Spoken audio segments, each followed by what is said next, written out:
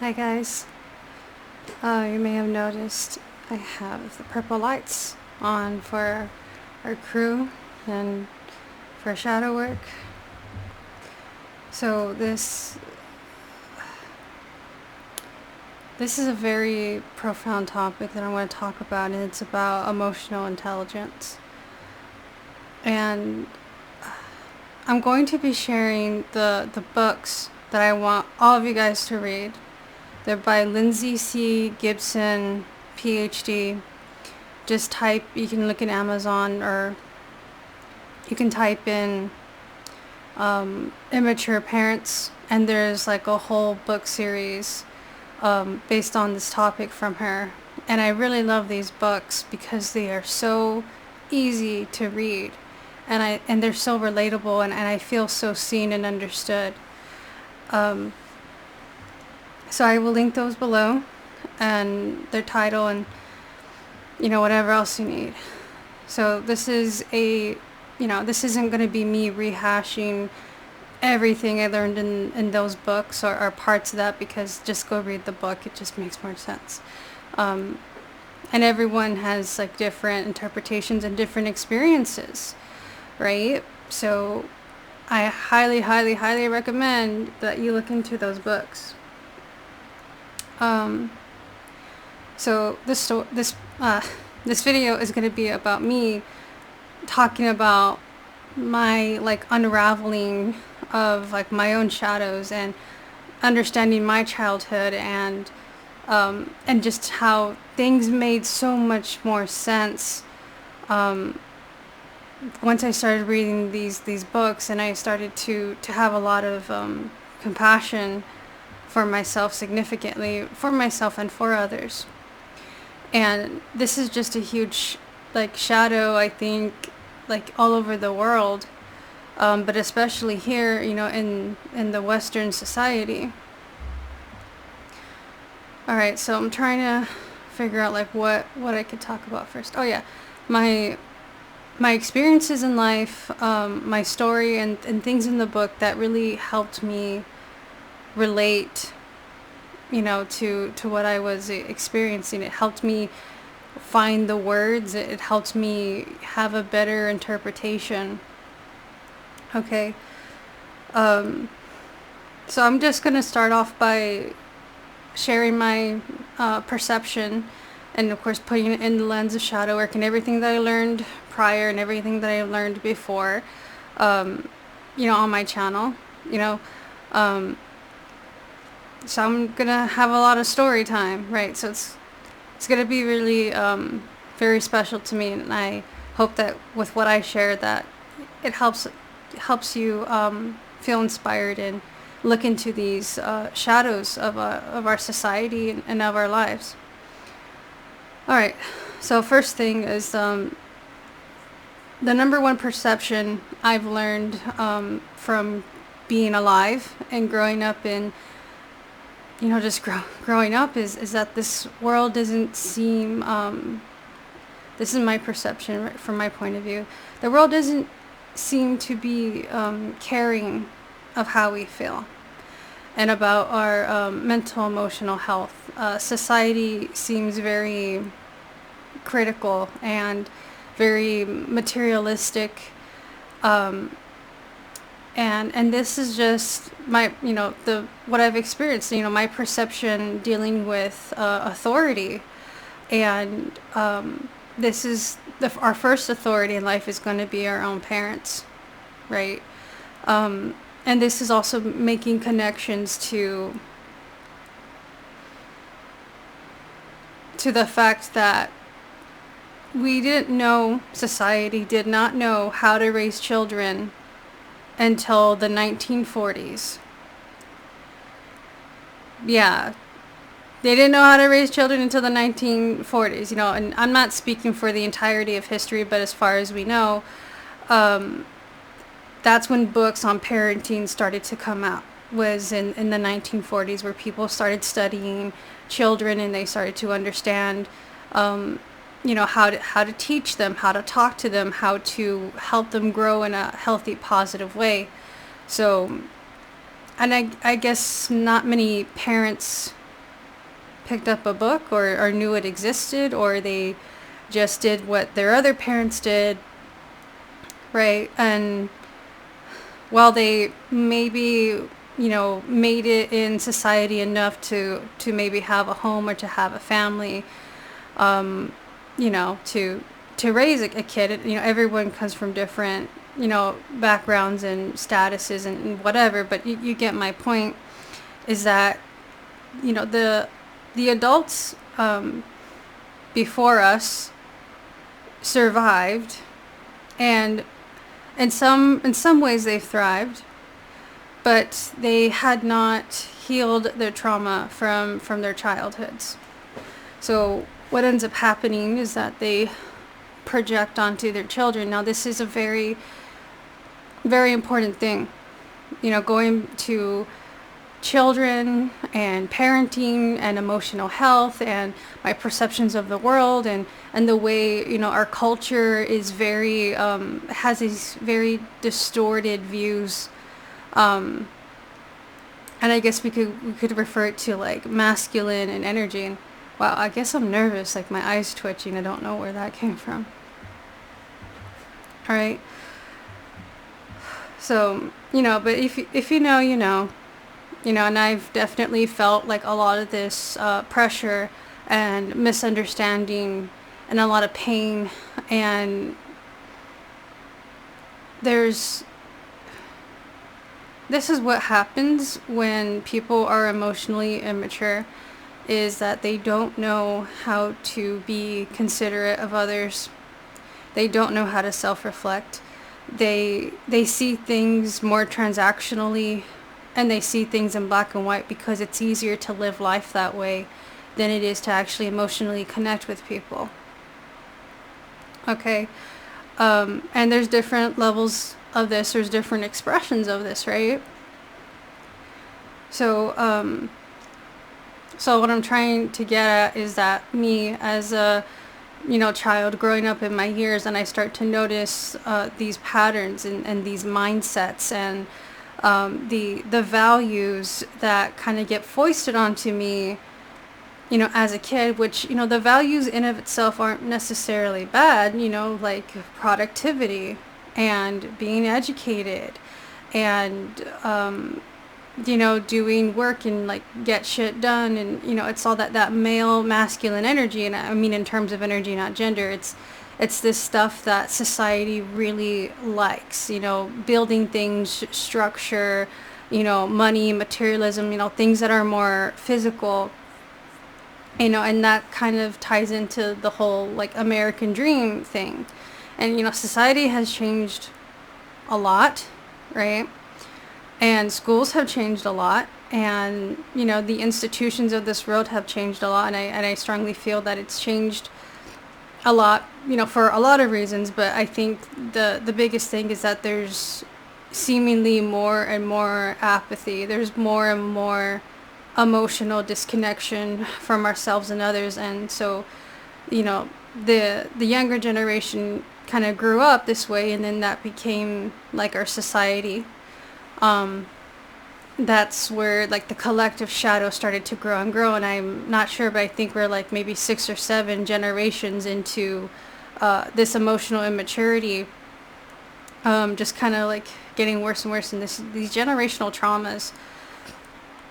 I know a lot of us are held back because of the trauma we've endured since childhood. Now that's obvious, right? And especially for us people who are more sensitive, or we've had an awakening, we have to face those shadows and we have to deal with those childhood traumas. All right.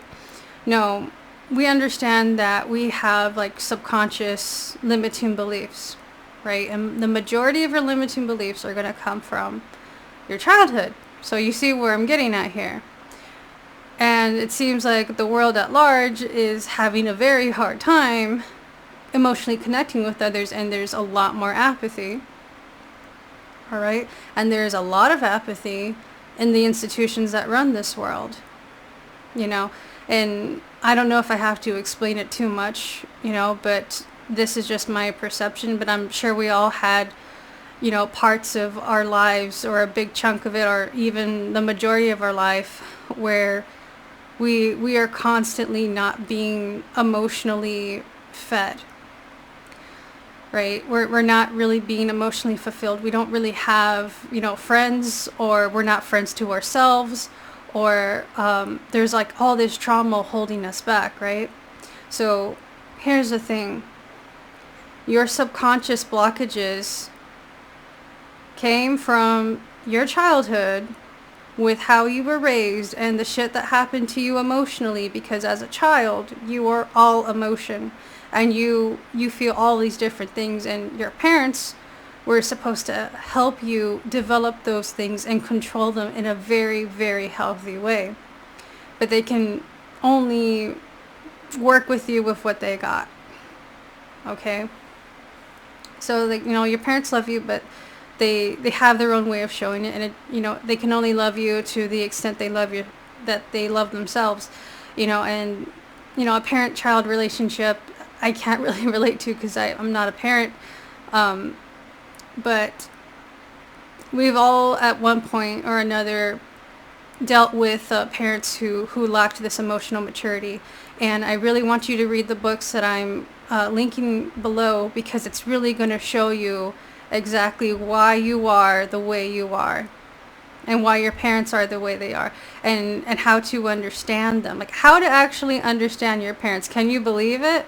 Can you believe it? That's possible, right? But it will also help you understand yourself, because a part of who you are is also because of them, and a part of the ego identity that you are is also because of them too, and the limiting beliefs and the blockages are also because of them too, right? And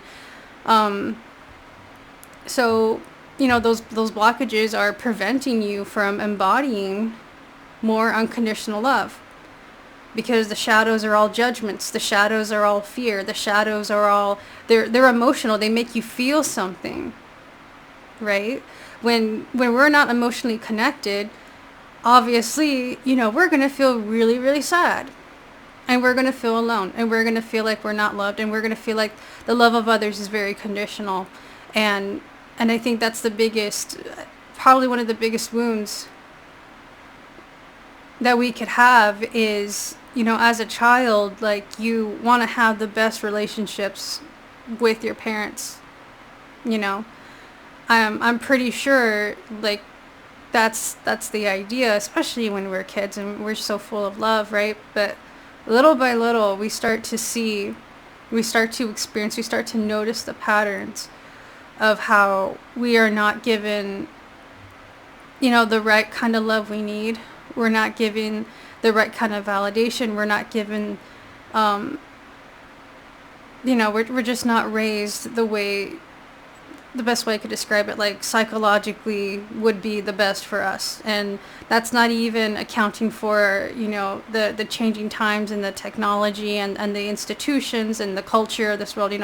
It all kind of adds on to itself. So it's going to be different for everybody. But generally, I've seen statistics, I've seen reports, like, I don't think I need to necessarily like prove it or give results, but this is just a perception, I guess, that I have, that it seems like a lot of people are more lonely than they've ever been. A lot of people are more anxious than they've ever been. A lot of people are more, suicidal than they've ever been. And I think at one point, we've maybe knew somebody who had these feelings, or we had those feelings ourselves, or we had these feelings at a very, very young age with no comfort or closure. For anyone around us who could understand us, we absorb, so much of the shadows.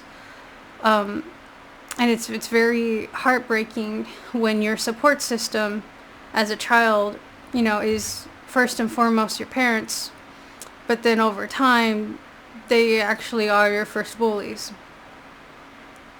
So your limiting beliefs, right? What do you think your limiting beliefs are like? There's different kinds of, like, statements of I am this and I am that and this is not the way this and that is and blah, blah, blah. But the main thing is the inner critic. You know where the inner critic came from? Majority of it came from your parents. And the book talks about that. So this isn't just me, just making stuff up. Like it literally explains so much. All right. So if you know a little bit of my story, and if you've seen my cult series, you know that cults are emotionally abusive. And, just, going into seeing how ubiquitous, like, all these shadowy areas are in society, an emotional component is just part of it, right?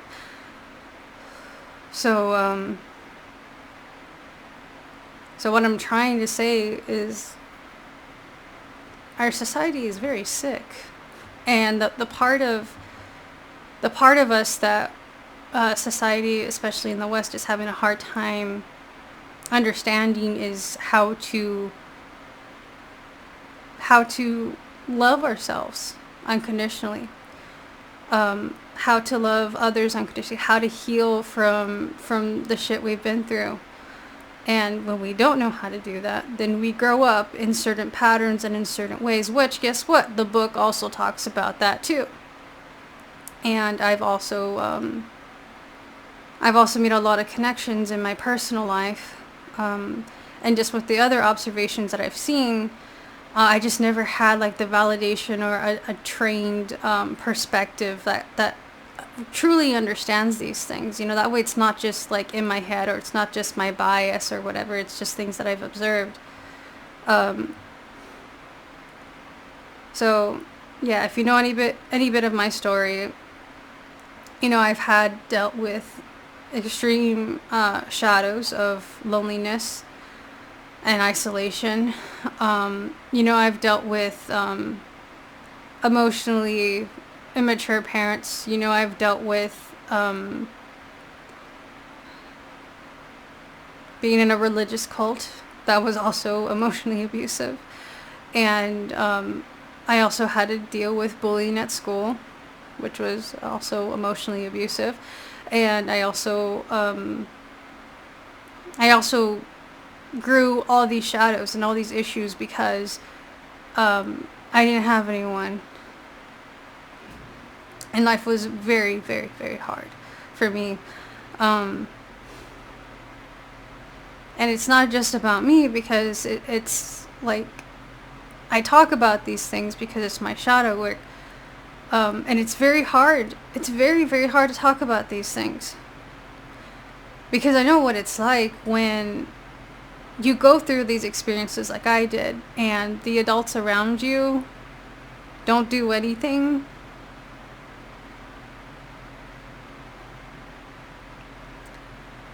When you're a kid, you have these certain perspectives of how you see your parents and how you see authority figures and how you're taught to respect authority and to trust them and this and that. But over time, that kind of shatters, and you start to see where there's just more apathy, and like people aren't actually caring about each other, and especially children, because a lot of shit happens in school. Parents, and you want to be close to your kids. If something happens to them, that you can talk to them. I don't have that. I didn't have that. And I didn't have friends either. So, and it was, and I already explained, how hard it was when, I'm so fucking messed up and I can't express myself because I didn't have any support. And I was just a really sweet person, and I didn't want to hurt anybody, but my boundaries were not very good, because I didn't want to hurt anybody, and I didn't want to fight back. And I always believed in the inherent goodness of the golden rule and treat people the way you want to be treated. It is extremely hard to stand up for yourself I mean, as an adult, for a lot of us, there's different parts of our lives, and you know that if you start to do your shadow work and you start to get higher vibrations and higher perspectives, you're going to start to see the challenges where you are going to have to put up better boundaries that you didn't have to do before in your life because your life was different. The people you were with were different. The person you were was different. The situation, the environment was different, and you're going to start to see where the cracks start to show up in the relationship with yourself and with others, and it just becomes toxic. Like, I'm just going to say it. It's toxic. A lot of us are with toxic people in our life, and we don't always get to pick our parents, and the point of what I'm trying to say is that it's these shadows. They're fear-based. They're judgment-based. They separate and divide, and I feel really strongly to this concept of emotional maturity because for things I already stated earlier. But I recently overcame the biggest shadow, or I'm healing from it. My biggest shadow for pretty much my whole life was my sensitivity. So what do you think is going to happen to a child like me who grows up very, very sensitive, and then everyone around me is emotionally immature? So then guess what? Every time Nova tries to speak, every time Nova tries to say her truth, every time Nova asks for help, every time I try to express myself, like every time, I get shut down. And my worldview crumbles because I start to really see where the idea of support, the idea of safety doesn't exist for me anymore as a young person. And I've seen this happen in so many different ways.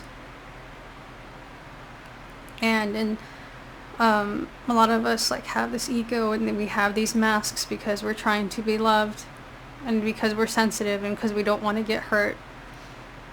So we pretend to be someone else. So some of us pretend or try to do things that our parents want us to do because we want them to love us and we don't want them to criticize us. I've seen in school people there's these friend groups, but they're not really friend groups, they're cults. And they may look like they're having fun, it may look like they're together, but it's just another cult. And I've seen this. I've observed people. Basically, you piss off the most charismatic person in the group. You piss off, the person with the most influence in the group because, they got offended or something. And, you didn't honor their sensitivity or whatever. But it's really just power plays and power moves and immaturity. And so, it looks like they're friends, but, they're really not. And so that one person gets kicked out of the group. That one person gets shunned. That one person is like a reject. I don't know if other people have observed this, but I've seen it happen many, many times over and over again. And the irony is that they're in these groups and they're with these people, these cliques at school, but they know that they're bullies to other people. And they don't have the integrity to just not indulge in that, not to be with that just because, they're afraid to be on their own.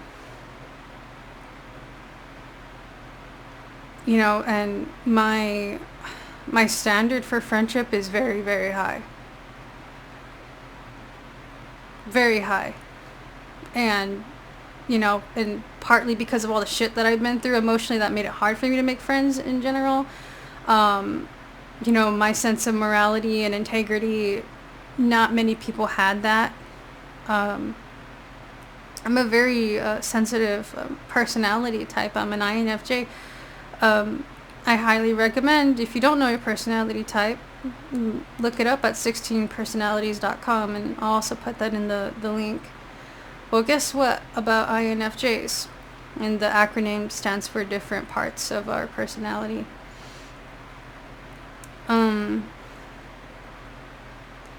INFJs are extremely rare.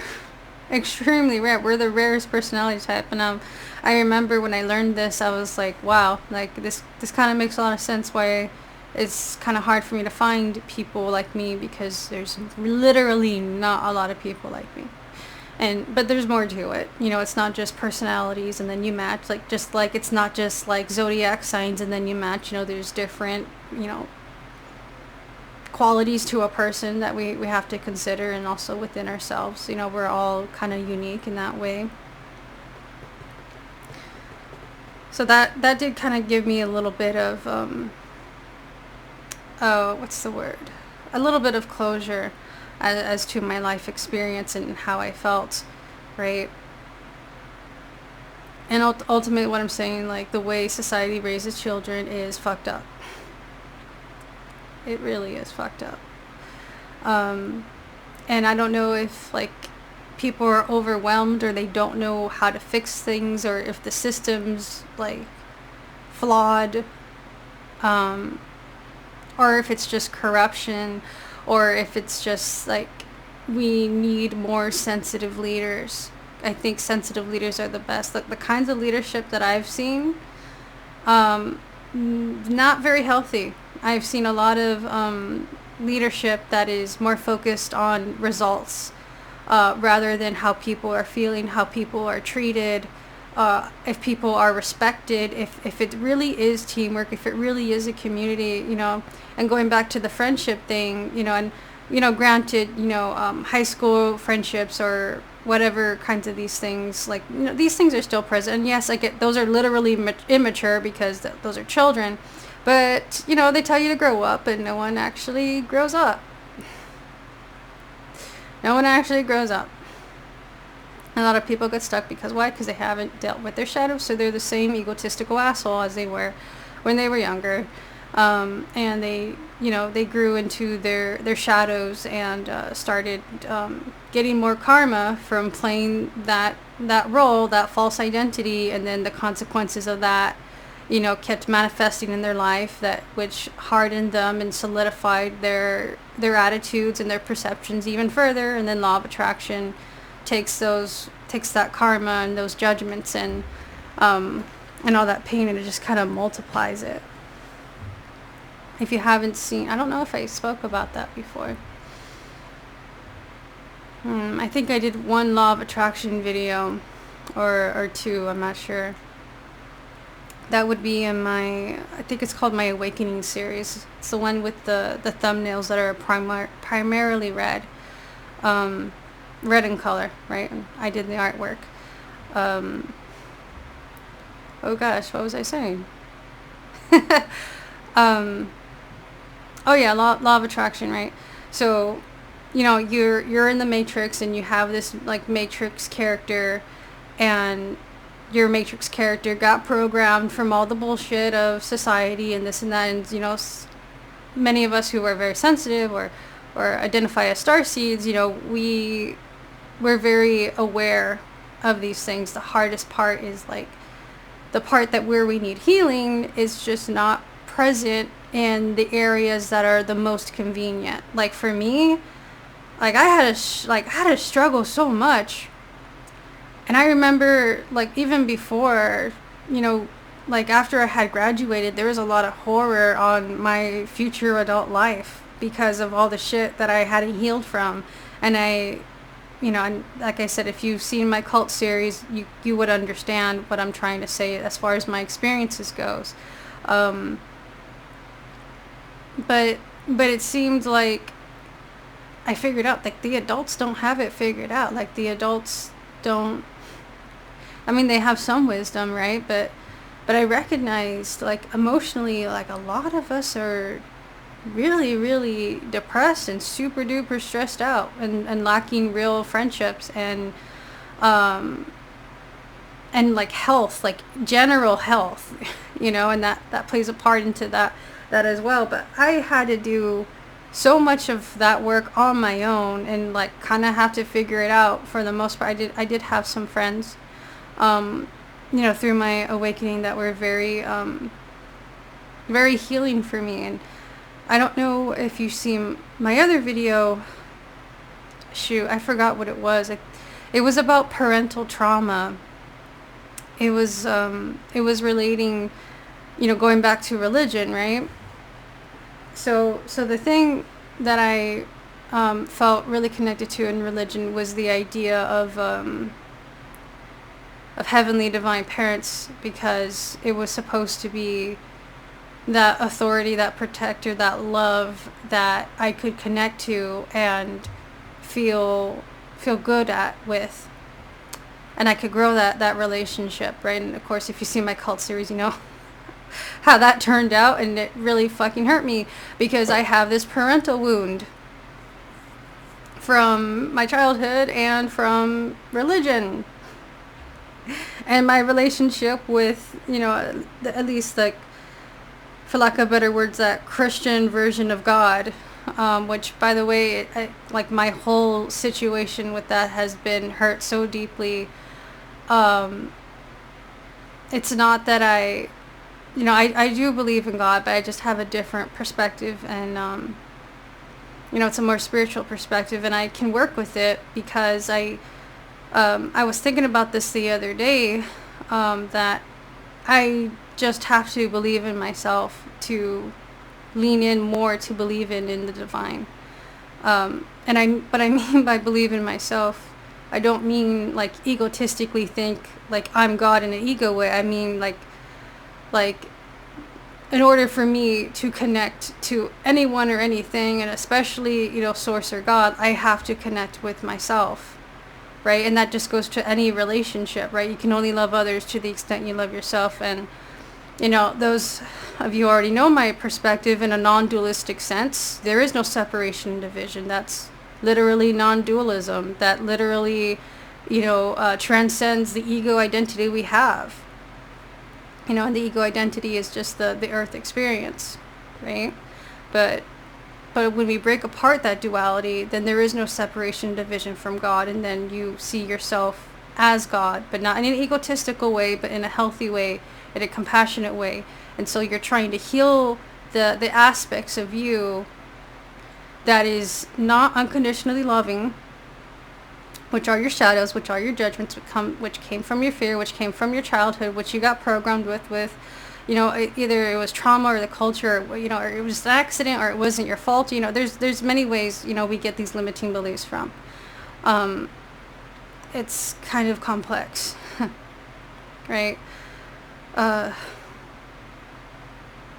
So some of you guys who are my friends, I have explained in that particular video, which I can't remember the name of right now, but I recognize the role that you guys played in the healing of these parental traumas, and I want to make this clear, because you helped me face my shadows with your love and with your support.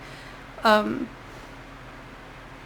when we give that to each other, we actually help each other overcome those limiting beliefs. And it's not that easy, right? Because people are still people, and people still have shadows, and everyone has different perspectives and integrities and different things of life, and so we all fall short, and sometimes we're not actually good friends, and sometimes we're great friends, and it's not to judge us or to feel shame or guilt. It's, you have to literally see that we are all learning. And this is the one area where, like, it's just significantly not at all convenient anywhere in society to find emotional intelligence, unless you're actually, like, seek it out, or if you even know the word to describe that. Like, honestly, like, if there wasn't even books on how to parent, like, since the 1940s, right? So this stuff, it feels kind of new, and I'm just like, I'm looking back at life and it's like society, and before I was born, I was like, you guys didn't have Like my parents, or my great grandparents or whatever, But here's the thing. I talked about how emotionally abusive religion can be and how ego driven it is. Well, guess what? Before there were books on how to raise kids, they raised their kids on religion. And I spoke about that as well in my cult video. Teaching kids actual values.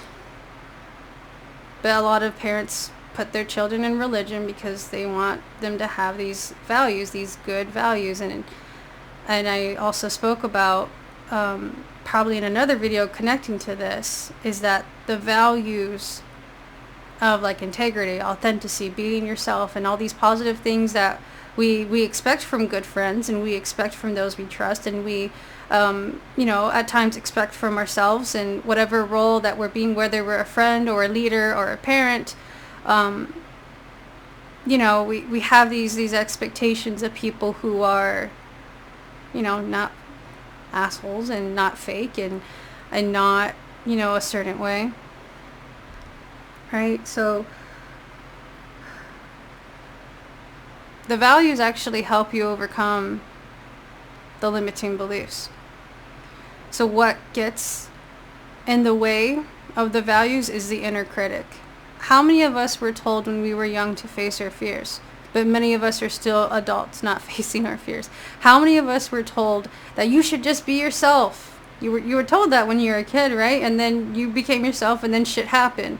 How many of you guys were told in, these promises, or these like creeds of integrity and justice and fairness and love and all this shit, whether it was, from family, because they'll say things like family's everything, and, you don't betray family, you don't hurt family, you don't leave family because it's family, right? Right?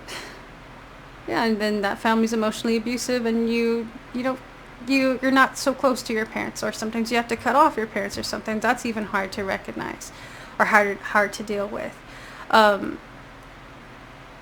But you see these cracks, like you see the cracks, right? I know I'm not in my head. You see the cracks, right? The institutions of this world, whether it's like your place of work, whether it's school, whether it's family, whether it's religion, there's this like pretendedness, like there's this toxic positivity, which I call it cult, honestly, and I kind of use that word loosely, but I have a unique perspective on that, which, I'm using it in a very meaningful way, okay? Because of what I would describe as cult is a suppression of consciousness. And I'm not saying this in a judgmental way, because I feel like it's necessary for us to go through the trauma and the hurt, because then we would have to deal with shadows, and there would be no point in incarnating on earth if we didn't learn and grow. So we're going to have these trials and these tribulations and these pain and this suffering and this and that. But guess what? We also have each other. And that's like the most important thing, is that we have each other. And I already mentioned, like the beauty of friendship, and, you guys like that I connect with, like you guys mean so much to me. But you guys should know, like I have pretty high standards, but my personality type is very, very tolerant, and understanding of others. And a lot of times it's a great thing. But a lot of times, it can be hard for separation and boundaries, or to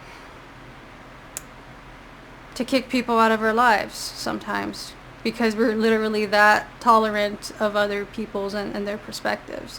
And I've significantly became more tolerant because I've developed a lot more empathy for myself and others. Okay, so if we're just looking at this pattern, and we're looking at through the trauma, through the generations, and what was available to them, versus what is available now, it's significantly different.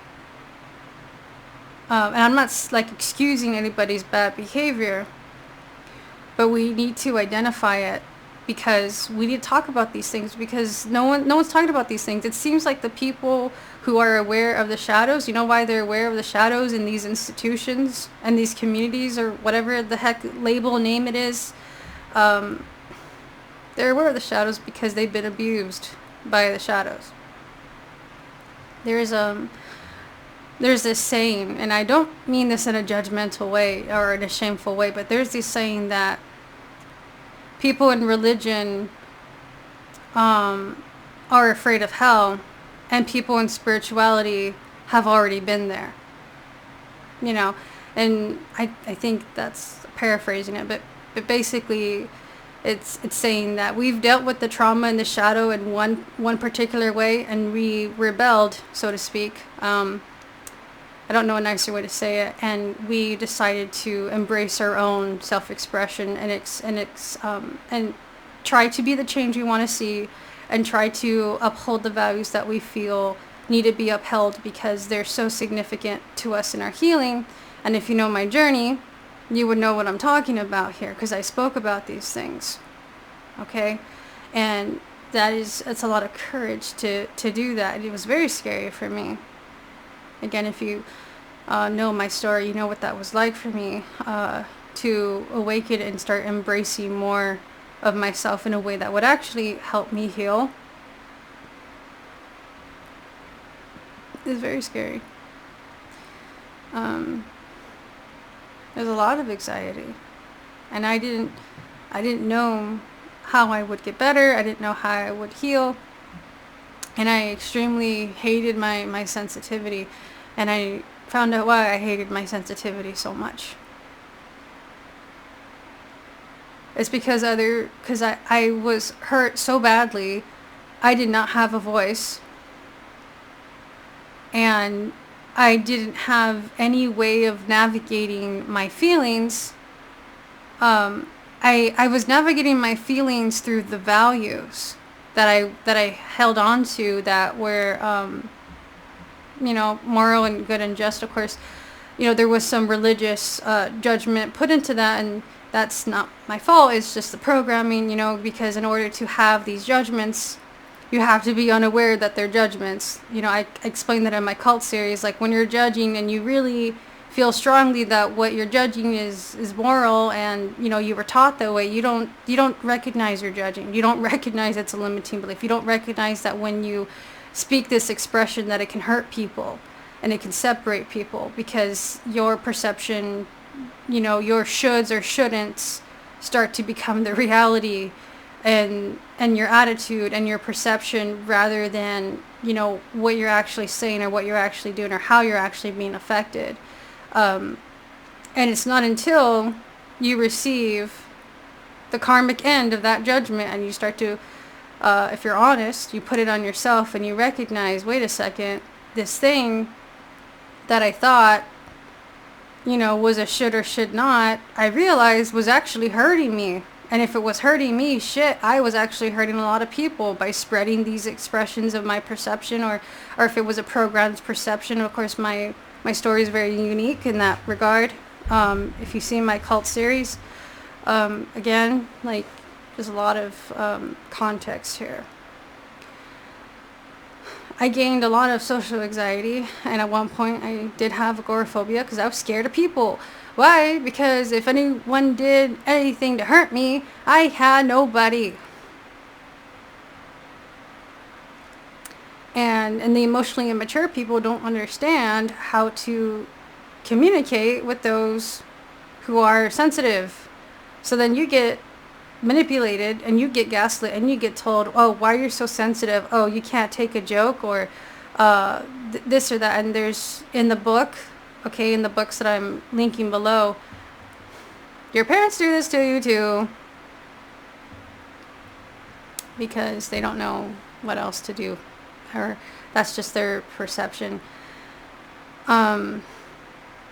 There's this common, saying that no one makes you feel anything. You are responsible for how you feel. Yeah, technically you are, but people can make you feel a certain way. I think the difference is a difference in victim mentality versus just treating people with fairness and kindness. You know, if I hit someone or if I say ugly things to someone and then they try to say, hey, you hurt my feelings, and then I tell them, oh, no one makes you feel anything. You just have to be responsible for your own feelings. You took it too personally. You know, why are you so sensitive?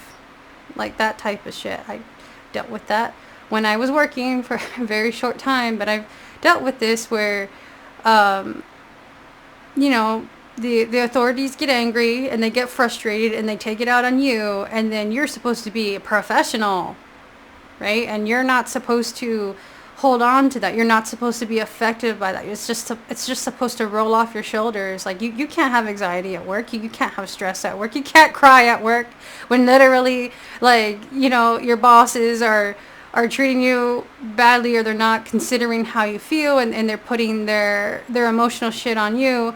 And it's like, dude, if I were to treat my boss the way my boss was treating me, you know, I probably get fired, or I get told that I'm being disrespectful. But then they do it to me, and then they tell me that I need to be strong and I need to stop being sensitive, and I just, you know, can't take it personally, and I just need to focus on work. And oh shit, like, okay, you know, I really took that to heart, and I really fucking hated myself for having feelings.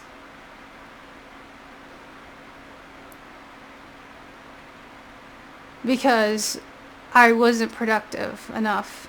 I wasn't smart enough. I couldn't sleep at night. I couldn't talk to people. I couldn't make friends. I couldn't express myself. I couldn't enjoy. I couldn't relax. Because of people like that.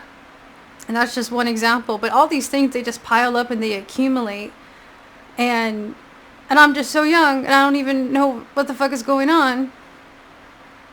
But I do know that asking for mercy doesn't exist at that time in my mind. Asking for compassion doesn't fucking exist. Asking to be understood doesn't exist. Asking for friendship doesn't fucking exist. It's like everything's fucking corrupted, and no one actually cares about you. No one cares how you feel. And if you have problems, well, you know, it's because you're this or it's because you're that. And I can't tell you how many times, you know, I've felt treated so badly that I internalized that karma and thought there was something wrong with me. And other people told me there was something wrong with me. If you know, you know. You know? The religious cult that I was in did the same thing, just in a different way. The people around you do the same thing, but in a different way.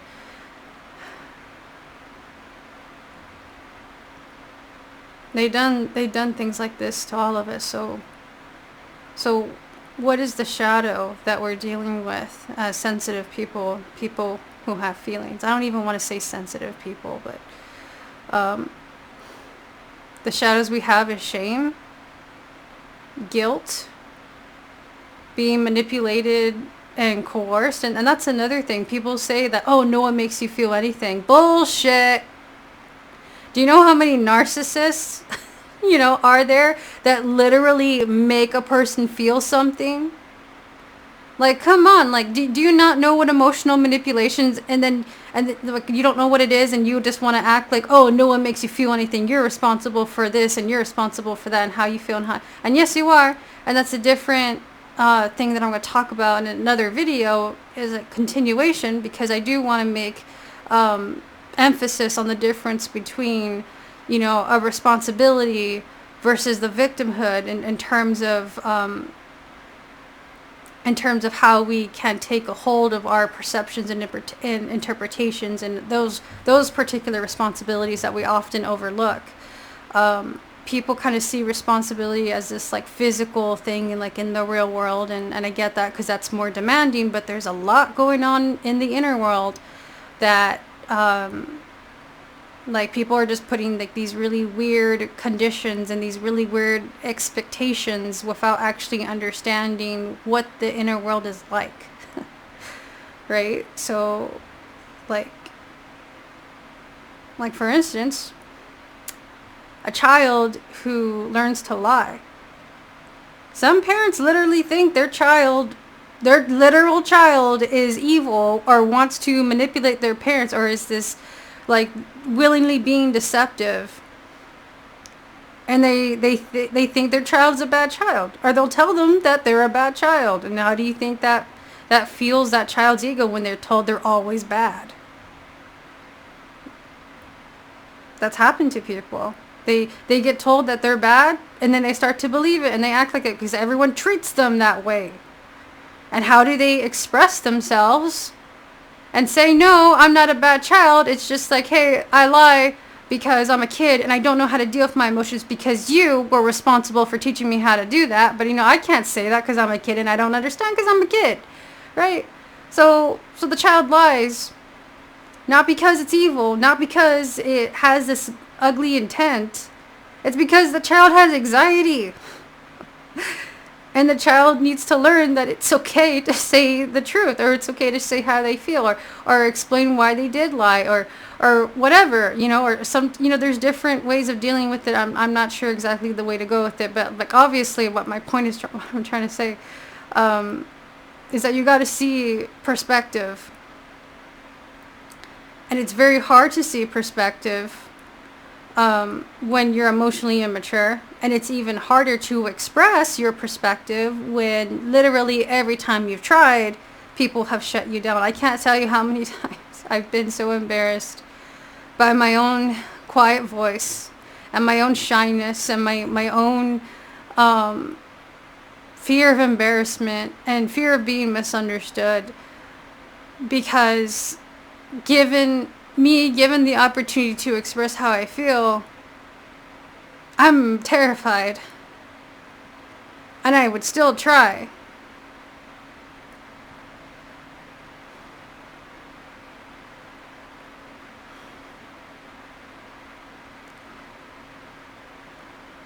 And I don't get any sympathy or compassion, or I don't get my perspective seen in a full view. And then it's like, oh, if only I weren't so emotional, maybe I could actually say something. But that's the thing.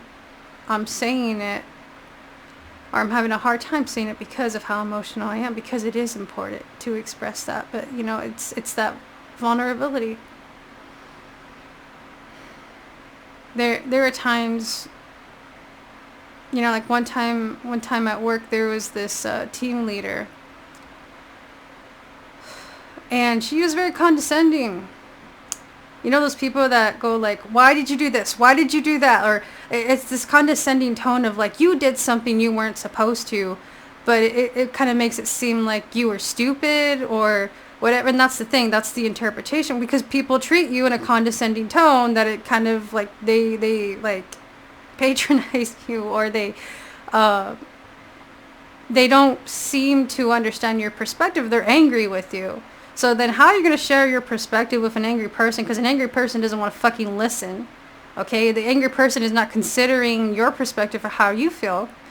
And so I kind of avoided this person a little bit. And when I needed help, I didn't want to talk to her. Because honestly, yeah, I was legit intimidated by this person's attitude. And I spoke to a different employee. And, I got the help I needed from them. And then they go to me and they're like, why did you talk to them? Like, you're supposed to go to me. Like, you're not, because I guess that was the expectation or whatever. But I, didn't say anything. I feel bad with these moments of being condescended at. Because I feel like you don't respect me. Like, why are you talking to me that way? Like, do you think that's helping me learn when you get mad at me for fucking making mistakes? I can't tell you how many times I've fucking been shamed for making mistakes. And guess what? I became afraid of making mistakes because of people like that. And then I would be so scared of making mistakes. That's all I could think of. And then I would make more mistakes. And then they get mad at me even more. And it's just like, bitch, you made me nervous. You made me anxious. I don't know if I told the story about like me in math class. I was bullied a lot in elementary math class. It made it hard for me to learn. I didn't have friends, and I would make these mistakes. And then my teacher would say, you just make careless errors. You just make careless mistakes. I'm like, no, I'm not careless. She doesn't recognize that I'm literally in an environment where I can't learn. All right? And she's instigating this by being stupid and not recognizing how the other kids are treating me. No, you know how kids are treating me. Like, come on. All right, so I would be so nervous and so scared, and I start to believe that I'm not good at anything, or I'm not good at math or whatever, because I can't learn because of the environment that I'm in, and then I don't get recognized for that. No one tells me that. And so we would grade each other's homework. We'd switch papers, and we'd grade other person's homework, and then everyone will show everyone my bad grade, literally every day. For an entire school year. And that's the thing. It's always been about grades. It's always been about what you can prove. It's always been about materialism. It's always been competition and how talented you are, how smart you are.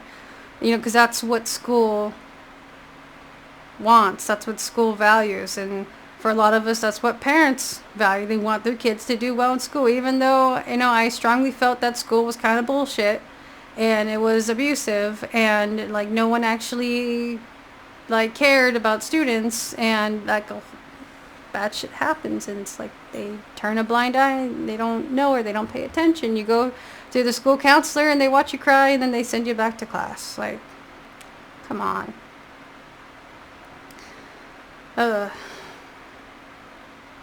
Then one day I had a substitute teacher. No, I had a different teacher who was my tutor in school, and she wasn't assigned to me in my class, but she was available for tutoring.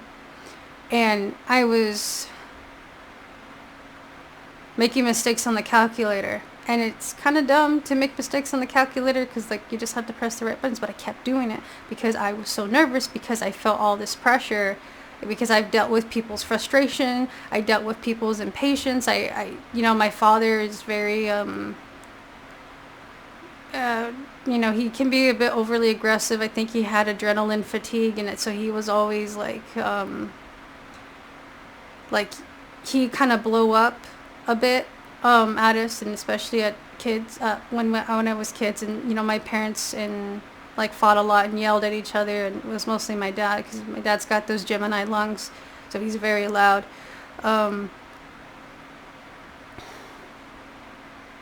It's stressful. So I would just feel stressed trying to ask for help. And for a while in class, I would not ask for help because it felt like people weren't happy to help me. They weren't patient. They weren't loving. They weren't kind. They weren't considering how I felt. And I felt stupid, and I wasn't stupid. It was just that I just didn't have the right environment. And this tutor noticed me making mistakes, and she recognized that I was nervous, and then that changed. I started doing better. I started to believe in myself more, because I never had anyone tell me that I was just nervous.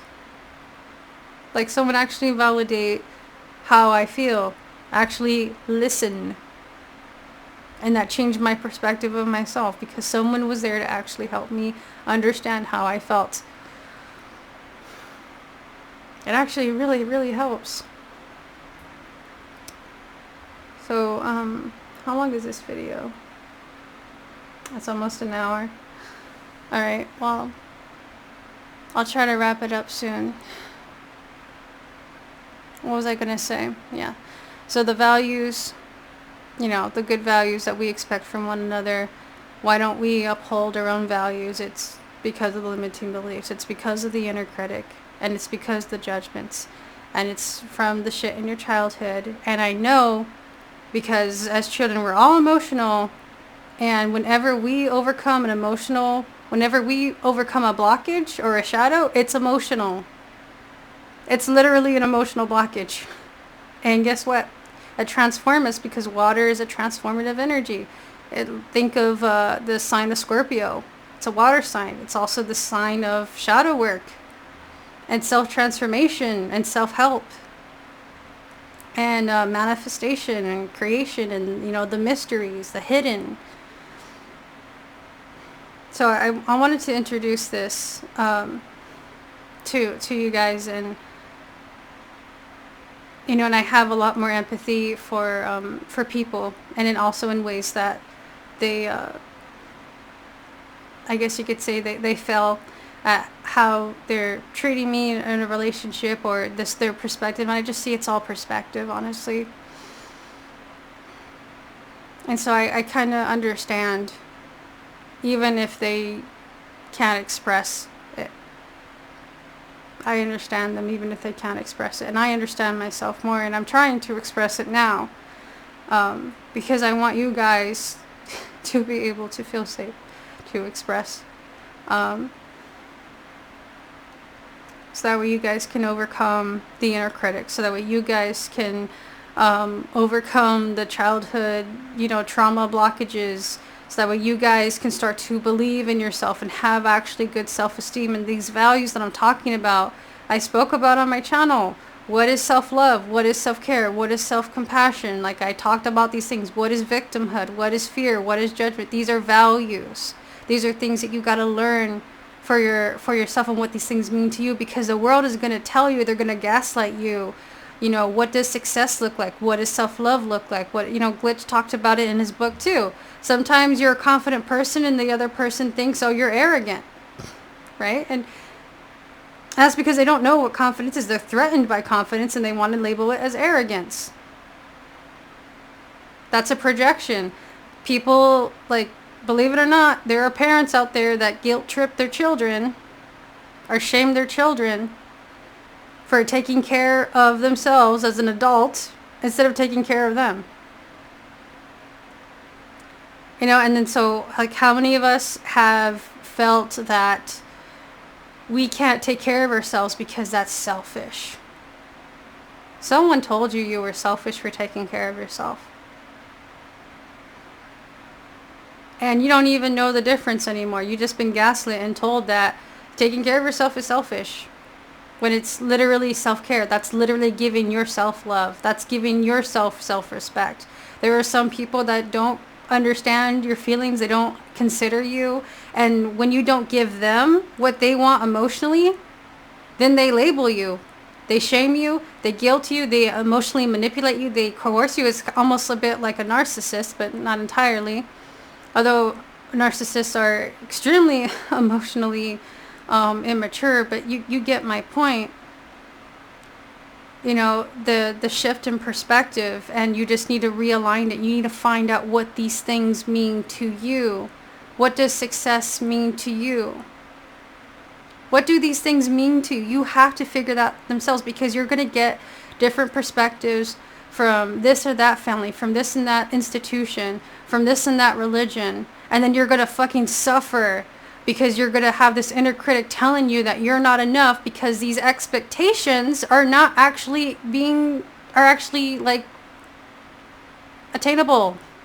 And they're not meant to be attainable, because they're not even truths to begin with. False beliefs are blockages. False beliefs are blockages. So you need to find out what you believe. And this is also part of the awakening. And when you believe in false beliefs, then you get all this inner critic telling you that you're not enough. You get all this anxiety telling you that you're not enough. So then maybe you have these values of being authentic and trying to be real and, and trustworthy, but guess what? You feel like you're not enough. So maybe you lied to somebody. So that way, you seem like you're better than you are. Maybe you agree to too many things because, you don't want to be seen a certain way. It's like you're so focused on the outside perception that you will literally betray your own integrity for what, because you're trying to calm your anxiety and you don't know how to do that, or you don't know how to be honest, or you don't know how to be vulnerable and just actually say how you feel. Instead, you're like taking on all this pressure and upholding this like perception because you tell yourself you're not enough, so you get this anxiety, you get this shame, you get the guilt, and it keeps happening in a loop, and you start to identify with that limiting belief, and then your life becomes that way. Law of attraction is going to reflect to you those judgments, and then you're going to have these problems like over and over again until you learn to release it, till you learn to not judge it, until you learn to reframe it and take responsibility for what you believe. And I know that's very hard because I had to deal with that too. And I know that's very hard because I've been in a religious cult and they've gassed at me. They lied to me. They manipulated me. They did all kinds of shit to destroy my self-esteem and my ability to believe in myself and make my own choices and tell myself what's good for me. I tell you, they say shit like that. They say things like, oh, you just want to sin, or you didn't understand the gospel enough, or you fell off the path, or you're indoctrinated, or they'll say that you're in a cult. they'll say all sorts of shit. You know? And that's to make you afraid, so that way you don't grow as a person, and you don't get to see what it's like for your self-expression to express itself, because they want you in a certain shape, in a certain cookie cutter shape, just like everyone else who's programmed, but that is literally you playing a character that is not you, and then you're going to get depressed because of it, and then you're going to have a hard time with all this inner critic and all this self-doubt on who the fuck you are and what it is that you truly believe, and how can you trust yourself, and who will love you, and you know, are you even good enough, or are you worthy as a person? Are you strong enough? Are you this, like, you know, it's like you've got to deprogram yourself. And I've been doing this like fucking like ever since I graduated high school, because I had to deprogram all this shit. Like, I couldn't keep up. I couldn't do anything else, and I had to grow in this particular way. But I'm telling you, like, the older adults, because a lot of my friends here are older than me, that this also applies to you. And that you can also make these decisions for yourself too. Okay? Because you keep growing. And you're meant to change, and you're meant to grow, and you're meant to do the shadow work. And I know that learning about emotional maturity is going to really, really help you. Okay? Another thing. Because I hated my sensitivity, I would get a lot of stress from that, and I didn't recognize I was getting a lot of stress from that, because everyone gaslit me for being too sensitive. So then I try to stress relieve, because I have anxiety for dealing with people who are emotionally immature, and I didn't know that at the time. I just thought that I was the problem, because, you know, that's what limiting beliefs and the inner critic does. It tells you you're the problem when you're not. So I was trying to do so much to decompress myself and try to relax, but I couldn't. And of course I couldn't, despite everything that I've tried and everything that I've done, because in order to relax, you actually need sensitivity. Because you actually need to feel, instead of judging yourself for how you feel. Okay, so this might also be another reason why it's so hard for all of us to relax. Because you're judging your sensitivity, and you're judging your feelings, and you're criticizing yourself too much. And where did that inner critic came from, right? If you just look at the inner critic, and if you just look at choosing what you believe in, the literal values that you get to grow and decide for yourself as a person, that, you know, you don't have to get them from an institution. You don't have to get them from any school of thought. You can get your inspiration for your vows and the way that you live your life from other people who are living in alignment with their higher self, from other people who have good leadership, from other people who inspire you. And you can learn, you know, from that person, self-expression. And that will come in many forms. But I will tell you that the limiting beliefs will suppress your self-expression, and they will suppress your consciousness. And that's what the goal of cults are to do, is to suppress consciousness and abuse consciousness. And I would call what I've been through consciousness abuse. It sounds a bit intense, but it was intense. Okay. So yeah, the values. I spoke about them in my shadow work series. I explained these, like, look at my shadow work series. You know, I share my perspective, and these things can grow, and these things can change, and these things can improve. But my point is that I'm trying to share with you guys these values, so that way you can have a better perception and a better way of navigating the world around you. And another thing, because a lot of us were emotionally abused, and let's just face it, it is emotional abuse. When we have to deal with these emotions, we tend to act like children. That's why grown adults act like children. It's because they didn't get the proper alignment when they were younger. But there might be more to it, of course. I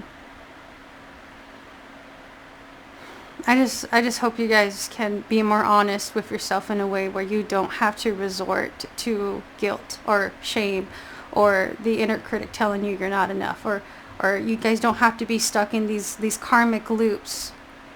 Okay, because I was in a karmic loop because I hated my sensitivity, and the more, I tried to, decompress, like, the more I eventually gave up.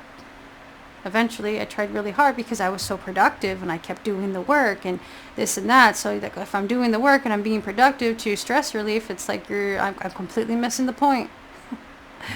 Because I didn't need to have this mindset. It can be good when you're driven and you're motivated to improve. That can be great.